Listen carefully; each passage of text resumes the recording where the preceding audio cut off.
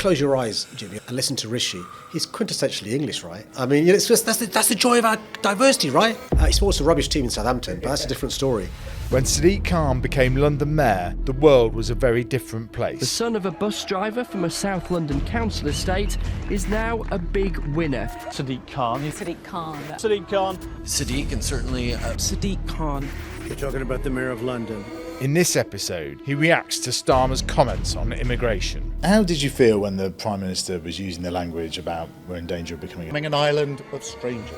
It was clunky, clumsy language in my view. You know, that's not the sort of language we should be using. When my parents first came to this country, it was lawful to have signs outside cafes, guest houses and so forth saying no blacks, no Irish, no dogs. Why he might not be as left-wing as you think. David Cameron, I really enjoyed. David Cameron and George Osborne, they got it.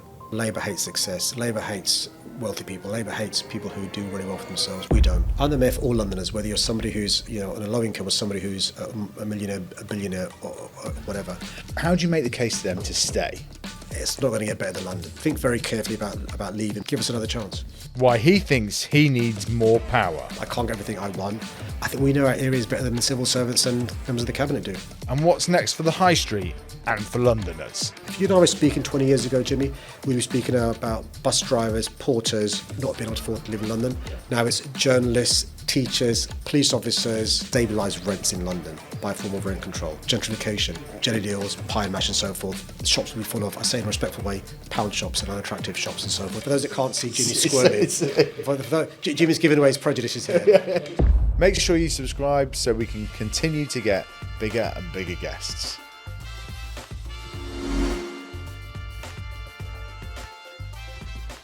Before we start, I love the branding, it's great. yeah, thank you. Before we start with a few quick fires, right? What was your first job? Oh, my first, probably a paper round. I lied to the newsagent, said I was 15 when I was 13.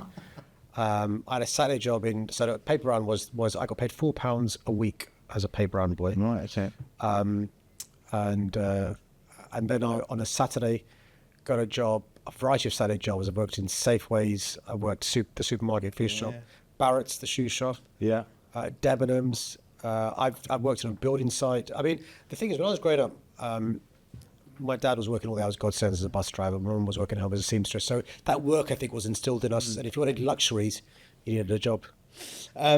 Which cabinet minister would you most like to cook you dinner? Who would be the best chef in the cabinet? Well, I'd give you the answer, but it's not because of her, it's because of who she's married to. So Yvette Cooper, because Ed Balls is a great cook. And I'm told by Ed, Yvette is an awful cook. So on condition that the cabinet minister doesn't do the cooking. I'll go for Yvette. Who would most play you in a movie? What? In my mind, George Clooney. In your listener's mind, Danny DeVito. So is that classic, you know, how I think I look compared to how I really look? I wonder what your wife would say. What's your favourite view of London? Favourite view? Yeah, favourite view. There's a great view. If you go to Richmond Park, which is not too far from where we live, there's a great hill there where you've got a view of St Paul's Cathedral. Yes. And there is a protected view. In fact, people may not realise this, but in planning law, there's a provision you can't build a building that's so tall that view is obscured. No, can you? Didn't know that. How often do you get your hair cut? Every 3 weeks, religiously. That is regular. Where did you meet your wife? Because I know you were at different schools, and the boys from Ernest Bevin used to try and go and meet the girls. Yeah, my daughters were mortified when they discovered this story. So I went to a rough and tumble comprehensive school called Ernest Bevin in Tooting Bec. My wife went to a former grammar school. It's really important for context, and you'll realise this, Jimmy, called Graveney Secondary School, not far from where I live now. So in the context when I was growing up, she went to the posh school, I went to the tough school. And there was a head teacher of Graveney School called Mr. Stapleton. And Mr. Stapleton would patrol at Welham Road to stop Ernest Bevin boys coming to try and chat up Graveney girls. And to stop us beating up Graveney boys, right? And I somehow managed to get through, and I was in the sixth form. Sally was in the sixth form, and that's when I first started, old language caught in, new language going out. And so years later, I went to a prize giving event, and my daughters were receiving a prize, and I told this story, and Stapleton was still there, Miss Stapleton was still there, and he found it very funny. All the parents laughed. My daughters went cherry blossom pink, and then the punchline of the story was, if Miss Stapleton had been more effective, I'd never have met your mum. And so, yeah. I can imagine. Kenny Dalglish or Stephen Gerrard? Oh, that's a tough question. I love them both. I had the pleasure of meeting them both. In fact, I saw both of them last Sunday when we got the Premier League title. Oh no, that's unfair. That's unfair. Someone who refuses to answer. What if you met a 20-year-old on one of your trade trips and they were moving to London? Where are some areas that you would recommend them to look at? Where are some underrated areas? Oh, to live? Yeah, to live. They didn't know anyone, and they were like, "Where should I go and live?" Well, I was actually I spent a lot of time this week in Shoreditch, which is a really cool place if you're a particular age profile to live in and stuff. But Toon, where I live, is obviously fantastic for others. The East End is underrated, so there's now a thing called the East Bank near the Olympic Park, which we've created since the Olympics, which is a cultural and education district. You've got the V&A Storehouse there, you've got Sadler's Wells, BBC opening up, Abervoyge, the really good part of London. Some of my best friends live in Waltham Forest. They love it there as well. So look, it depends on how much you can afford, what your interests are. There are some great parks in London where there are activities over the weekend, from park runs to festivals and so forth. So it depends what tickles your fancy and what sort of food you like, because different parts of London have their own ecosystems. I mean, the way to describe London for those who aren't well versed with London is we're 400 villages. And you may not realise this as a non-Londoner, but, Village A, Tooting, is very different from Village B, Balham, which is very different from Village C, Clapham, which are literally half a mile from each other. And that's what's joyous about London. Which mayor do you admire most from around the world? So I'm friends with a number of them, so be very careful what I say. So I love Anne Hidalgo in Paris, and she's been a mentor to me and a friend who's one of the current mayors of a global city. I'm really good friends with the former mayor of New York, Mike Bloomberg, who's been a wise counsel to me. And Mike has helped me when I was a candidate running to be mayor, since I'd been mayor, and continues to be a mentor and a friend. The former mayor of Los Angeles, Eric Garcetti, did some really exciting things around retrofitting and the environment. He was previous chair of C40, who I took over from. I was this week speaking to Mayor Calibo from Barcelona. He's doing some really exciting stuff in Barcelona. And actually yesterday I exchanged texts with the mayor of Freetown, Yvonne Akisawa, who spends a lot of time in London. She's doing some really exciting stuff. She calls Freetown Tree Town. She's planted more than 1 million trees. Not herself, by the way. Yeah, that's doing some really exciting stuff there. So, look, I'm really lucky. The mayor of Sydney, Mayor Law, she's been there for a long time, lots of experience there. So, the great thing about being a mayor is it's a club where you can exchange ideas. I always say, better to steal well than invent badly. So I'm regularly stealing ideas from other cities across the globe, whether it's Barcelona, New York, Freetown, or other parts of the world. What car do you drive? I've got a Volkswagen Golf GTI.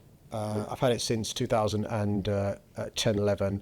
We've still got it. My wife drives it more than I do. I drive less now, but it's pretty nippy. Are you going to get an electric car at some stage? At some stage, we will. I mean, the thing is, what people don't realise is if you've got a car that's obviously ULEZ compliant and pretty efficient, pretty economical, actually, you may as well keep that. I'm hoping that the prices of electric cars continue to come down. What we do know is, as a consequence of our policies, more and more electric cars being sold in London, the unit cost is coming down, and that'll mean it's more accessible to people who earn less than I do.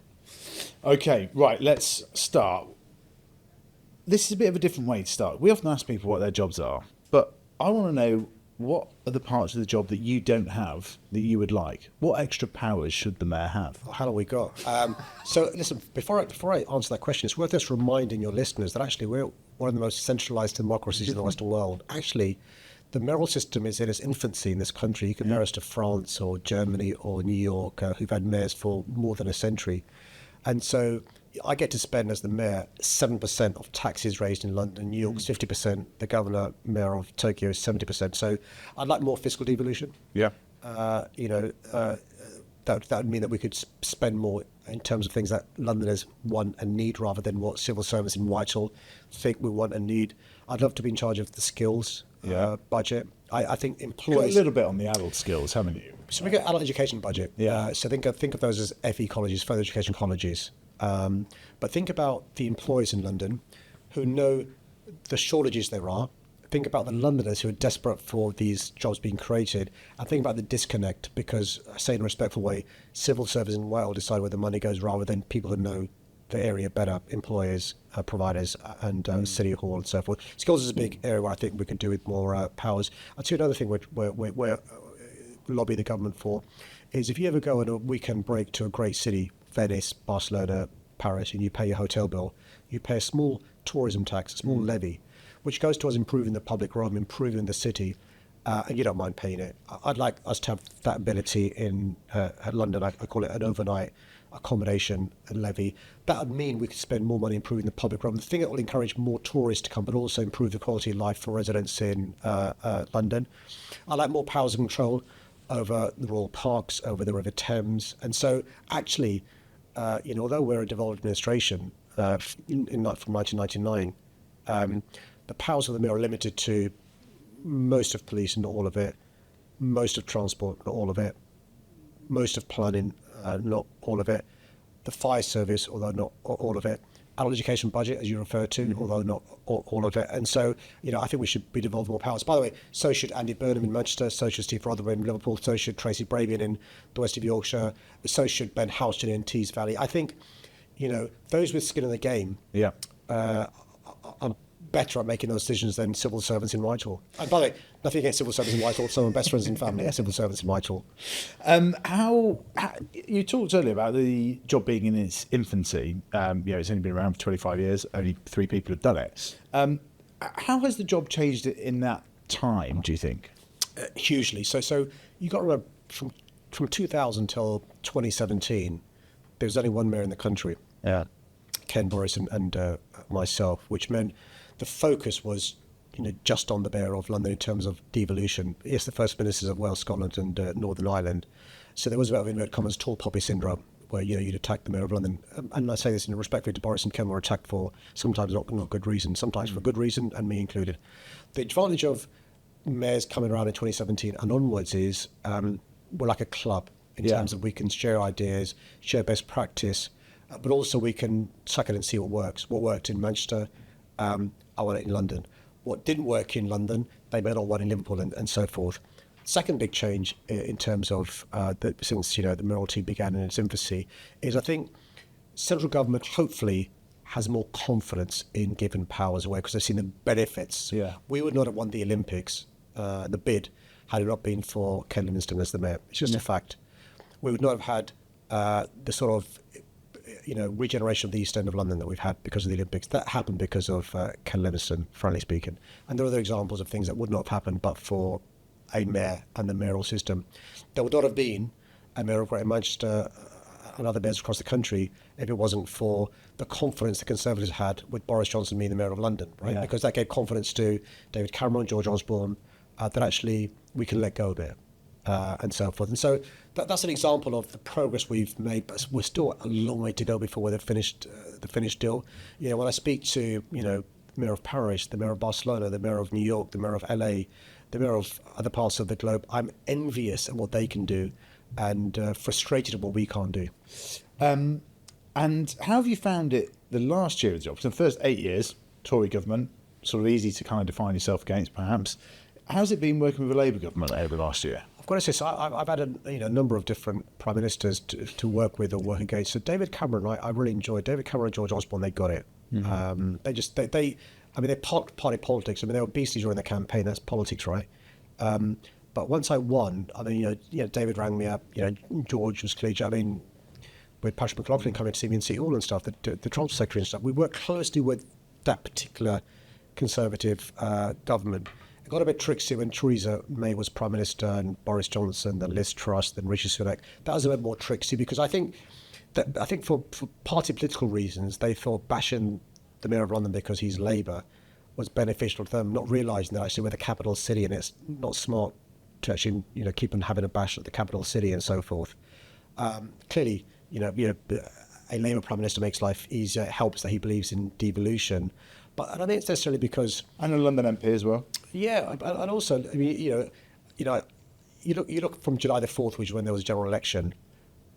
I challenge you to find examples of when this government or its ministers have criticised London. You compare and contrast that to between, 2016 and 2024. There's lots of criticisms of London. And talking down a capital city doesn't make sense to me because we're the shop window to the country. Yeah. If you're somebody who is in Silicon Valley or New York or Dhaka or Delhi or Sydney, and you think about investing in the UK, you often think about London. And so the idea that we've got members of the government criticising London is self-defeating to me. So, but it's not been a bed of roses, right? Because actually, it's a Labour government, yes. The Prime Minister and others are London MPs, yes. Many of them are my friends, yes. But actually, it's difficult because, they've got to deal with a number of mayors. They've got a difficult inheritance. I can't get everything I want. But it's really important that they realise that actually, the point I made before, I think mayors, whether it's a Conservative mayor like Ben Houghton in Tees Valley, or a Labour mayor like Andy Burnham or Tracy Bravin or myself, I think we know our areas better than the civil servants and members of the Cabinet do.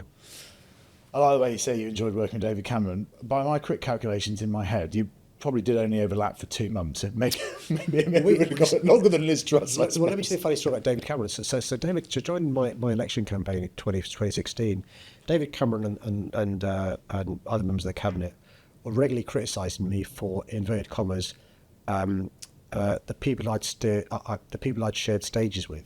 And when I first shared a stage with David Cameron, because we both campaigned to remain in the European Union, it was like, listen, I've shared a stage with dodgy people in the past, but this is the dodgiest person I've ever shared a stage with.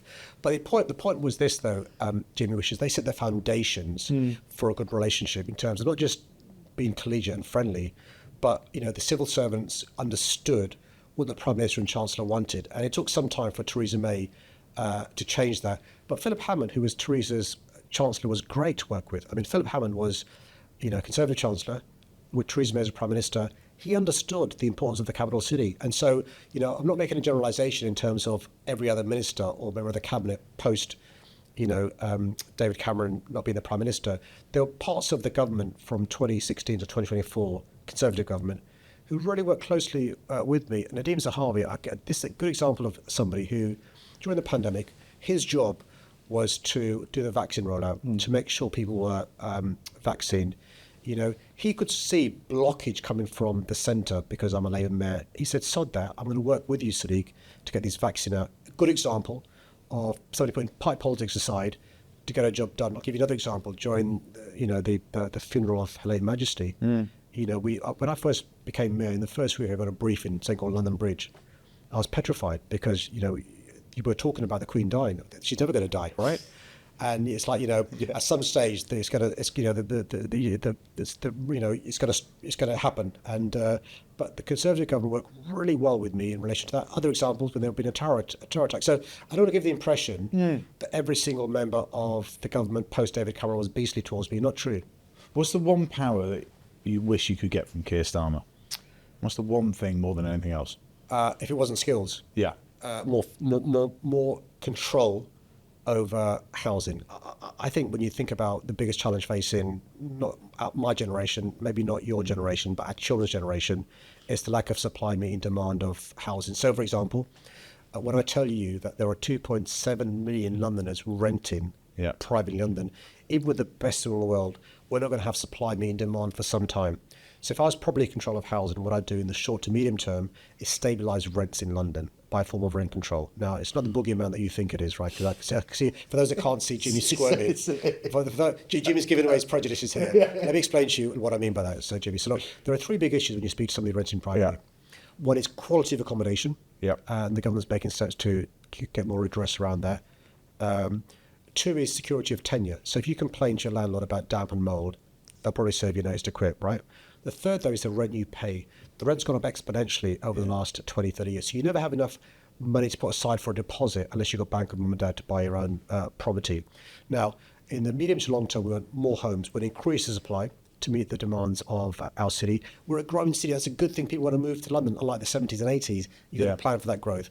In the short to medium term, we've got to stabilise the rents in London. We do it a number of ways. We have built-to-rent housing, where you have long-term tenancies, good quality accommodation, and a form of rent stabilisation. Good built-to-rent doesn't charge astronomical rents. We have more council housing and social housing. That's under no rent control as well. But also we say to landlords, listen, work with us. Of course, you need to have a decent return on your investment. Of course you do. Of course, for those of you with a mortgage, you've got to pay for your mortgage. But work with us in relation to, getting good tenants, look after your property, not raising your rents astronomically above a certain amount. That will mean that rather than, a couple with a decent wage leaving London where they want to have a kid, or leaving London where they want a home with a garden, they stay here. Because if they don't, that's a brain drain. If you and I were speaking 20 years ago, Jimmy, we'd be speaking about bus drivers, porters, not being able to afford to live in London. Yeah. Now it's journalists, teachers, police officers, and so forth, are not being able to live in London, or travelling an hour and a half each way from work to home. Yes, I completely agree. Let's talk a little bit about business. Are you a fan of Jimmy's Jobs of the Future? Hi, I'm Sonny, one of the producers behind the show. Have you ever thought, my business deserves to be in the spotlight too? Well, you're not alone. Companies reach out to us all the time, asking us to create podcast and digital video content for them. But until now, we've only taken on a limited amount of projects. But here's the good news. In 2025, we're expanding. Our production company, Boxlight, is now ready to help more businesses like yours tell their stories with high-quality, white-label content. Curious to see what we can do or how much it might cost? Head over to boxlight.io. You'll find examples of our work and even a podcast calculator to explore your options. That's boxlight.io. We'd love to help you shine in 2025. Now, back to Jimmy. Which businesses do you admire in the capital? Which ones? You do a huge amount, taking people all around. Loads. Which ones do you think are great? So I think those businesses are great. They do two things. One is make a healthy profit, and secondly, treat their staff and customers well. We've got many examples in London of those who are really big, medium, small, but also startups and scale-ups as well, in all different sectors. I'm really proud that we've got Google expanding in London, Amazon expanding in London. Really proud that we've got, on the outskirts of London, because of London, the Netflix is coming, the Elstree coming. I'm really proud that Mike Bloomberg decided to have his European headquarters in London despite Brexit. At the same time, I'm really excited that we've got young entrepreneurs coming to London to start up, and then with the right investment, scale up as well. The second part of my answer was, I said, you've got to make a profit. It's really important for you, but you treat your staff and customers well. So since I've been mayor, I'm really proud that we've had a six-fold increase in employers paying the London living wage, including small employers. Why? Because it helps with recruitment and retention and productivity. But also we set up this thing called the Good Work Standard. It basically meant, think of it as a client mark, bronze, silver and gold. How do you treat your staff? What are your maternity rights like? What are your paternity rights like? What's the involvement of staff in terms of decision making and stuff? We have more than 310,000 workers in businesses who signed up to the Good Work Standard, gold, silver and bronze. So those are examples of good employers. By the way, they're big, medium and small, who I recognise as assets to our city. And what about some sort of London native ones, perhaps? Like Amazon's, Google's, I agree, it's great, they're all expanding, Netflix, etc. But what about some British ones? Oh, there's loads. I mean, I ride a Brompton. Good example of a British company doing well, flourishing and thriving. In fashion, Percival, a great example of a firm in London who got shops in the high street and stuff. I also support great British firms like Paul Smith and Westwood, even though Vivian's passed away. Vivian Westwood is great as well in fashion. Startups is really important. We help lots of startups. We've got something called Grow London. So if you're a startup or you want to scale up, go to the Grow London website, and we will give you advice and assistance how you can scale up and do well. We do regular delegations to the Chinas, the Americas, the Indias, elsewhere across the globe.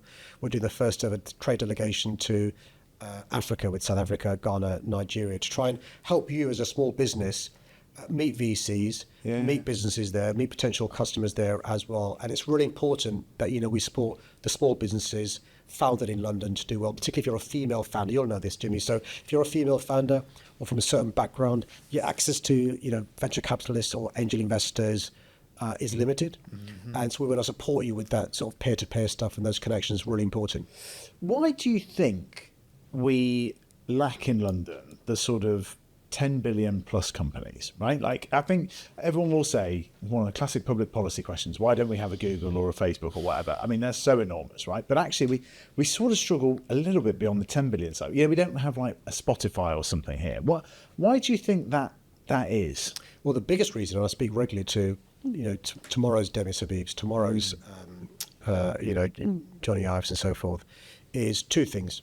One is the lack of the venture capital, big money that you need to scale up in the scale you're talking about. You mentioned the 10 billion type companies, although we have more unicorns than any city in Europe. Yeah, that wanted. Yeah, we're good at that. Secondly, it's to do with IP, R&D and so forth. So we've had some really good conversations with the likes of Imperial, UCL, King's College and others. We're setting up a tech cluster. We've set up a tech cluster in the West London in particular, that sort of corridor, really important YC corridor and stuff. And one of the great pieces of work that Imperial are doing, and others, is how do we keep that talent in London? And to give credit to the Chancellor, she's trying to connect. I'm not sure we've quite got the sort of big pension funds, make them bigger, consolidate them, but say, listen, why don't you invest in our companies and stuff rather than the Canadian pension funds, the California pension funds invested in the UK, and you invest in successful companies, which you do got a fiduciary duty on the New York Stock Exchange and so forth. But there is a challenge for us because what happens is these talented people leave and do remarkably well in Silicon Valley and other parts of California, in New York and elsewhere. The good news, I think, is this: there's a great saying, not one of mine, I think maybe Winston Churchill, is never waste a crisis. And I think at a time of growing international instability, at a time of choppy political waters in the United States of America, we have in London this rare thing: stability, an open environment, but also diversity, which is a great space to innovate, to start, to scale up, and to do business. And so the key thing, though, is the finance has got to be there as well. And I'm really hopeful. We're having this conversation in the month of June. We have, for the first time ever, South by Southwest leaving Austin to come to Europe. They've chosen London. AI, tech, fashion, music, film. We've got the Concordia Summit, usually takes place every September during Unger Week in New York. For the first time coming to Europe, they're in London in the month of June. London Tech Week in the month of June. London Climate Action Week in the month of June. And that is a month of business and investment, but also, your point, we've got great ideas, great people with these ideas, great startups. How do we ensure when they scale up, they stay here? And let's make sure they get the right advice on IP, the right advice on R&D, the right advice on where to access capital. How do you make the case, though? There's been lots of press coverage about the amount of millionaires leaving the country, and probably in most part London, right? Like, how do you make the case to them to stay? Well, firstly, it's really important that I make the case, particularly to my tribe, and for reasons you'll appreciate, why they're important. Because there's a perception, which I think is unfair, that Labour hates success. Labour hates wealthy people. Labour hates people who do really well for themselves. We don't. People of my party don't, right? I don't. You don't, yeah. I believe that it's really important to understand our ecosystem. We mentioned unicorns, but also billionaires. By the way, I'm the for all Londoners, whether you're somebody who's on a low income or somebody who's a millionaire, a billionaire, or whatever. But also we've got to understand, actually, we're the best one in the world. I, as a politician, don't create jobs, wealth, prosperity, right? I can create the environment where your listeners flourish and thrive. And that includes billionaires, millionaires, and so forth. I think it's wrong to assume that inverted commas, these people are bad because whatever. Of course, they should pay the right amount of tax. They should pay their fair dues. And I do believe those with the broadest shoulders should carry the greatest burden, and there should be a fair taxation system. So a message to those people thinking of leaving London is: look, I appreciate the concerns you have about some of the recent announcements from the government to do with inheritance, to do with policies around HMT. But actually think about the reasons why you first fell in love with London. Think about the reasons why you love London. It could be our museums, could be our theatres, could be our galleries. It could be our schools, it could be the language, it could be the agglomeration of things that are in London: financial services, professional services, culture, tech, higher education, and so forth. And I say in a respectful way, whichever city you're choosing, whether it's a nation state, and I don't want to name the cities because some of our best friends live in those cities, it's not going to get better than London.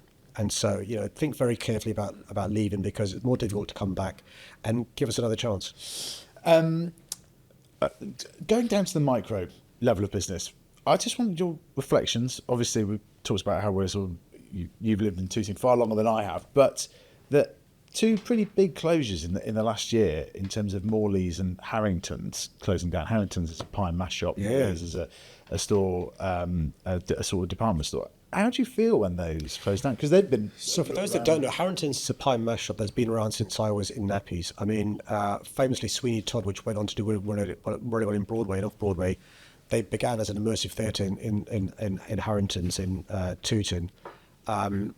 Morley's, for those that don't know, is sort of a high street store that sells, suitcases, bedding and so forth, Tupperware and so forth. Both have closed down. There is an issue in terms of two things that happen at the same time. A number of things, but two things in particular. One is people's consumer habits have changed.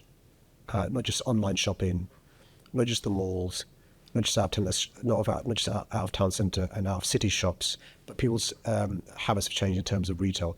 Similarly, people's habits have changed in terms of what they eat. Three things we did really well during the pandemic from home: work, leisure, and food, retail and food. And I think we've got to make the experience of those things better. So I want people to return to the office where possible. So employers like me have got to make the work environment enticing for people to return. That's the challenge. When it comes to retail, the experience of touching a fabric, the experience when you go to a shop needs to be better than it is from buying online. Same goes with food and elsewhere. The second big issue, part pandemic, is just the consequence of gentrification. Now, I think by and large it's a good thing with independent food shops like Harrington or shops in high streets, but it can lead to habits changing. So for those that don't know, working class, jelly deals, pie and mash and so forth, you've got more middle class intuition now. So that's a consequence of gentrification. Not all bad, by the way. If you've got policy in place to keep the best of local delicacies, local shops and the like. And that's one of the reasons why we've published a growth plan that gives councils additional money to reinvigorate high streets, £20 million for the first year. Why is that important? Because I want to make your experience of going to Tooting High Street a better one, or Balham High Street or Clapham High Street. Can we improve the public realm? Can we support you in terms of what you're doing in your high street and so forth? Because councils are really struggling to try and reinvigorate the high streets. It's in their interest to do so. Why? Because they get a portion of business rates. Yeah. It's in their interest to do so. Why? Because otherwise shops will be full of, I say in a respectful way, pound shops and unattractive shops and so forth. So we're trying to help councils, reinvigorate high streets. We began the conversation by me saying there are 400 villages in London. What we don't want is these villages to be ghost towns. Yeah. And that's why it's really important for us to, shop locally if we can, go to the local market if you can, go to the local restaurant if you can, because that supports them. And here's the thing, most independent retailers or restaurants support that family and extended family. So the money stays in the community rather than money leaving and going to shareholders, thousands of miles away. Let's talk about immigration. How did you feel when the Prime Minister was using the language about we're in danger of becoming a land of strangers? It's very important that I begin the answer to your important question by talking about the benefits of migration. Why? Because not just because I'm the child of immigrants, but because, as a Londoner, because I'm the child of immigrants, but also as the mayor of this great city, I see every day the difference immigration has made to our city, economically, socially and culturally, for the better. I, of course, understand that there are big problems in terms of illegal migration. I'm really passionate about training up Londoners to have the skills for the jobs being created. Really important, particularly when we've got record numbers of vacancies in key sectors across the economy.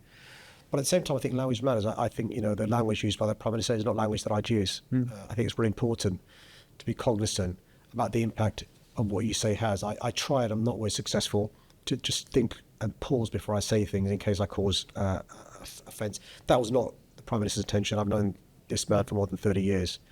But I think, on reflection, hope his team and he would realise, that's not the sort of language we should be using. Because in a way, I think London is a city of strangers. Part of the beauty of it is that you can come from here, from wherever you are in the world, or wherever you are in the country, and you can come here and make it your home, and you can make a success. I think the point that I would say is one of the joys of our city is we don't simply tolerate difference, we respect it, we embrace it, we celebrate it. But what we've got to make sure we have is what's called community cohesion. So one of the things I'm really proud of in London is there are communities here who actually don't get on in country of origin. Yeah. but get on here. Do you see what I mean? Yeah. So in Tooting, for example, when I was the MP for Tooting for 11 years, we had Tooting residents who were Tamil, so, they're from Sri Lanka originally, and Sinhalese, also from Sri Lanka. Those that know the history of Sri Lanka, there was a civil war affecting the Tamil and the Sinhalese. Well, they got on really well in Tooting, in London, not so well off in country of origin. Same goes for, Hindus, Sikhs, Muslims, Jewish people, Christians, Buddhists, those of an organised religion, those that are not, those from certain parts of Nigeria, and so forth. And that's the joy of London, right? And as you said really powerfully, not only were they originally strangers, they were originally enemies and hostile and so forth. That's the joy of London. We build these social bridges that allows people to get on. The jargon that used to be used when I was a baby minister was community cohesion. And I think what the Prime Minister is trying to get across is we want community cohesion.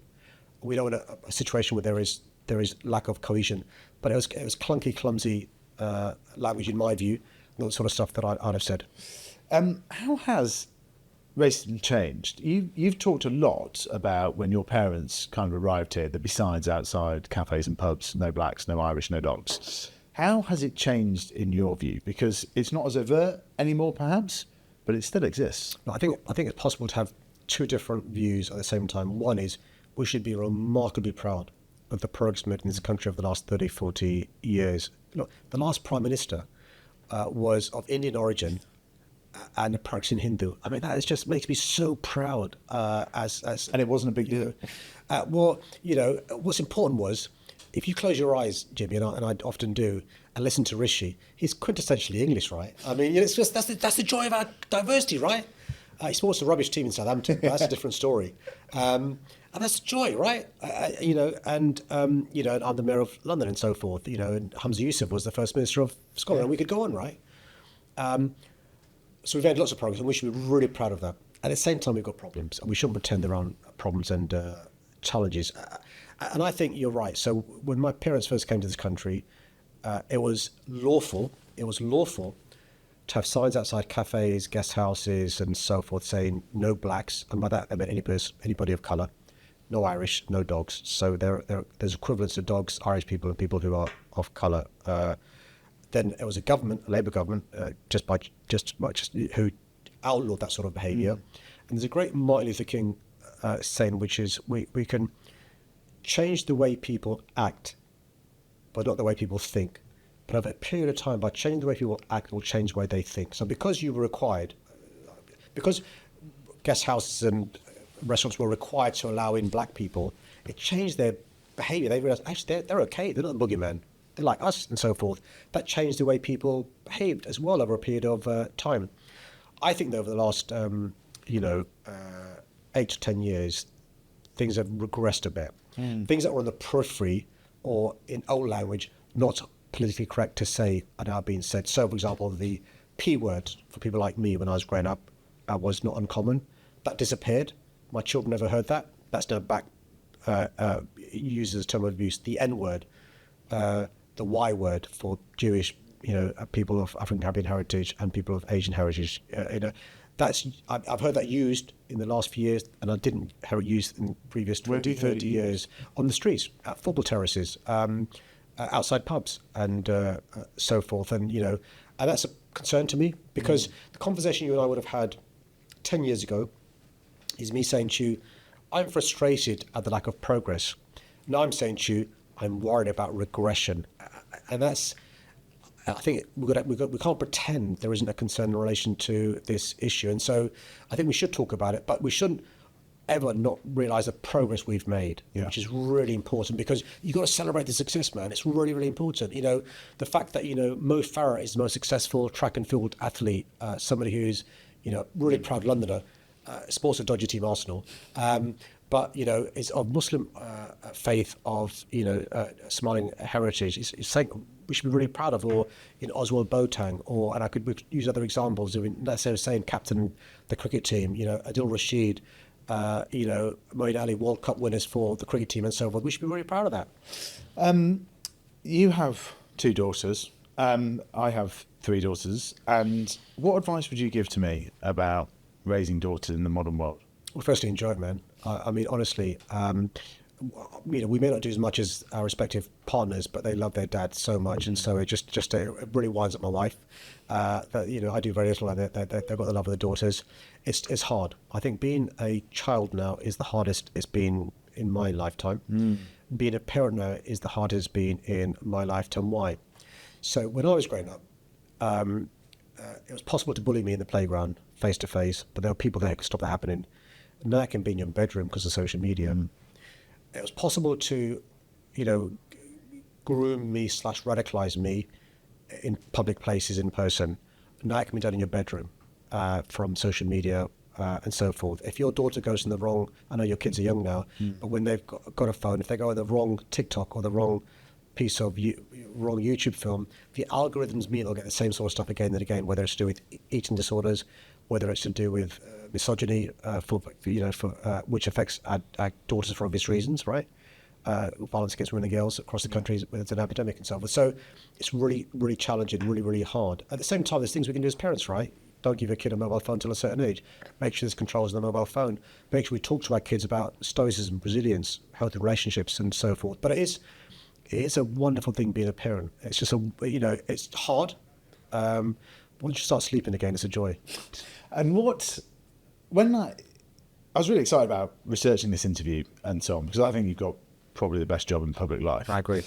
But there was an interview where you said you don't think you would necessarily do it had you known what it was going to be involved. And I read into that's challenges with the family and so on. Spot. What's been the kind of hardest conversations you've had to have with your daughters? What are like the astronaut conversations people talk about? I try not to be, but I think I was selfish when I decided to run to be mayor of London. I didn't fully appreciate the impact it would have on my wife, my daughters, my mum, my siblings, my nephews, my nieces, my best friends. Why do I say that?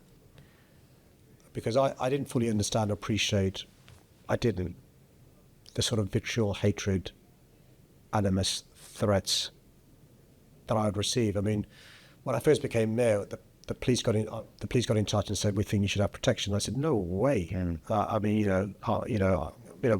important that I can do what I want. And then it got to a stage where they went behind my back to my chief of staff. They went behind my back to my wife and said, "Listen, he needs protection. It's an issue." And so that spontaneity is gone. I still use the tube. I cycle. I do all the stuff I want to do. I play football, jog, and so forth. But it's really hard. It's really hard for my kids, because they see people thousands of miles away saying beastly things about their dad. It's scary for my kids when it comes to the police come around my house, or sniffer dogs around my house, or some of the stuff that I got to face. I don't want you to feel sorry for me, because my job is wonderful. I love my job and so forth. But hand on heart, if we were having this conversation in 2015, 2016, and you said, "Listen, Sadiq, I can tell the future. Your future means all this. Are you sure you're going to put your family through this?" I'm not sure if I'd have said yes. Now, if I was a single man without family and I had no mum, no siblings, no nephews and nieces, no wife, no kids, I'd bite your hand off. But knowing the impact it's had on my kids, it's tough. And that bad. You were a human rights lawyer for 11 years. You were MP and a minister for 11 years. You'll be mayor for 12 years, possibly 16. What does Chapter 4 look like for Sadiq Khan? I don't know is the answer. I don't know. I think my mum's still hoping I'll go back to a decent job being a lawyer. But would you like to go back into the law? I always think there's a great Arsene Wenger saying, which is never go back, always go forward. I quite like that. He was asked a question in the context of signing a player again. He said, "Never go back, always go forward." And I like that advice. I mean, I love being a lawyer. I love being a lawyer. I love being the MP. I was the MP for an area I was born and raised in. I loved it. But being the mayor of the city I was born and raised in, that's given me so much. I mean, I've got something, the saying I call the London Promise, which is you work hard, you get a helping hand, you can achieve anything. That's the London story. That's my story and the Khan story. I don't be the helping hand. I'm not sure what the fourth chapter entails, but each chapter that I've had, I've enjoyed and found more fulfilling along the way. So I'm hoping whatever I do next, when I'm 74 and considering retiring, in 2048. Early retirement. That it's something that I enjoy more than I do currently. Final quickfire. If you could be a tube driver or police officer for a day, which one would you choose? They're both tough jobs, but I choose a tube driver for the simple reason this. I meet police officers, Jimmy, on a daily basis. The police officers look after me. It's really hard to comprehend this when I say this out loud because it just sounds irrational. They go to work knowing there's a possibility they can be hurt, injured, and ultimately lose their lives. They run towards dangerous people, encouraging the rest of us to run towards safety. And in my view, they don't get the remuneration and the recognition and respect they deserve. Now, I've got a huge amount of respect for tube drivers as well. But that was the reason why I'd say I wouldn't like to be a police officer, although I've got a huge amount of respect for them. I'm just not brave enough. And also, I've got a huge amount of respect for the families of police officers, their respective spouses, girlfriends, boyfriends, parents, because their loved one is doing this job, which is really dangerous. So, a huge amount of respect for them. So, Sadiq, thanks very much for coming. It's a on to pleasure. Jobs of the Thanks for having me Future. on, man. I'm glad we got it sorted.